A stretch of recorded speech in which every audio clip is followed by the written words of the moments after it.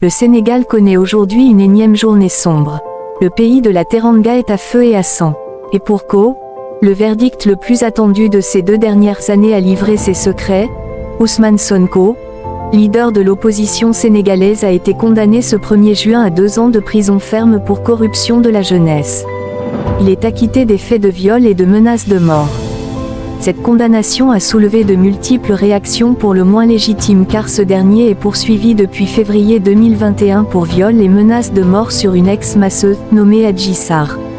À quel moment on passe des chefs d'accusation, viol et menaces de mort, à celui de corruption de la jeunesse dans un procès pour viol et menaces de mort?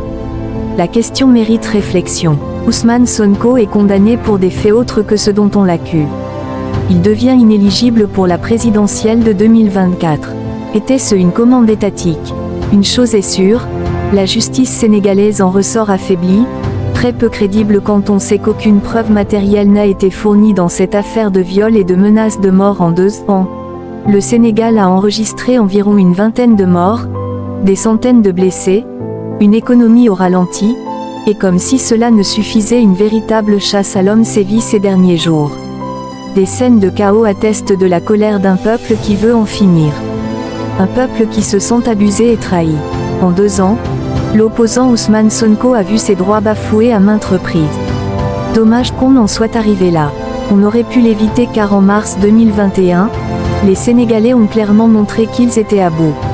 Ils ont réclamé justice, plus d'équité et de transparence dans la gestion des ressources du pays. Le pouvoir aurait dû tirer des leçons et jouer la carte de l'apaisement. On a plutôt choisi la répression. Il est important de rappeler que le chapitre Sonko n'est qu'un élément déclencheur, la goutte d'eau qui a fait déborder le vase.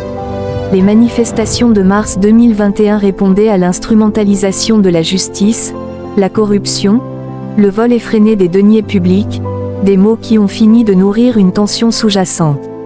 Jusqu'où ira cette furie du peuple?